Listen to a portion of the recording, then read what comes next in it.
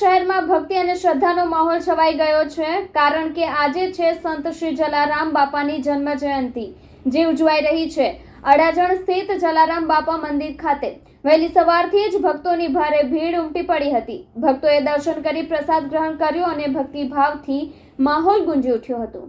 શહેરના અડાજણ વિસ્તારમાં આવેલા જલારામ બાપા મંદિરમાં વહેલી સવારથી જ ભક્તોની ભીડ ઉમટી પડી હતી।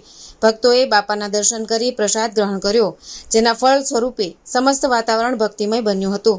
મંદિર પરિસરમાં જલારામ બાપાની જયના જય ઘોષથી વાતાવરણ ગુંજી ઉઠ્યું હતું।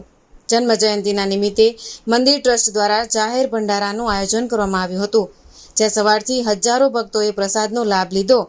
આ ઉપરાંત મંદિરમાં ભજન, કીર્તન, મહાઆરતી અને સેવા યજ્ઞ જેવી ધાર્મિક ક્રિયાઓ પણ ભાવભક્તિપૂર્વક સમાપન થઈ હતી।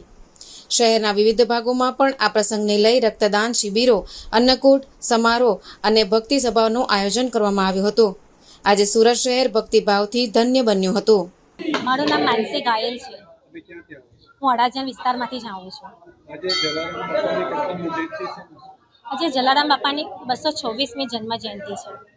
શું કહેશો, આજનો દિવસ કેટલો ખુશીનો અને કઈ કઈ રીતે આયોજન થતું હોય છે આજના દિવસમાં? આજનો દિવસ અત્યંત ખુશીનો છે। ભક્તો માટે તો આશીર્વાદ લેવાનો અને કંઈક કરી બતાવવાનો દિવસ છે। જે ચાહે તે ઈચ્છા અહીંયા પૂરી થાય છે। ભગવાનનું નામ જપ કરો કે ભગવાનના મંદિરે દર ગુરુવારે આવો, બધી ધારેલી કામના અટકેલા કામો આપણા પૂરા પાડે છે।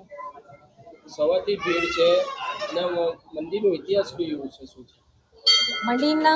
અમે જ્યારે આજથી 28 વર્ષ પહેલાંથી મંદિર થયું છે। 34 વર્ષથી મંદિર છે ને લોકો દૂર દૂરથી, પહેલાં અમે સિટીમાં રહેતા હતા ત્યાંથી પણ અહીંયા દર્શન કરવા માટે આવતા હતા। દર ગુરુવાર ભરવાથી ભગવાન જલારામ બાપા મનોકામના બધી પૂરી પાડે છે। અને આજે વિના મૂલ્યે પ્રસાદીનું વિતરણ થાય છે। આજે ભાવિક ભક્તોની અસંખ્ય લાઈનો હશે ને શોભાયાત્રા નીકળશે। આજના પવિત્ર પાવન દિવસે ભક્તોની જે ઈચ્છા હોય તે ભગવાન પૂરી પાડે છે।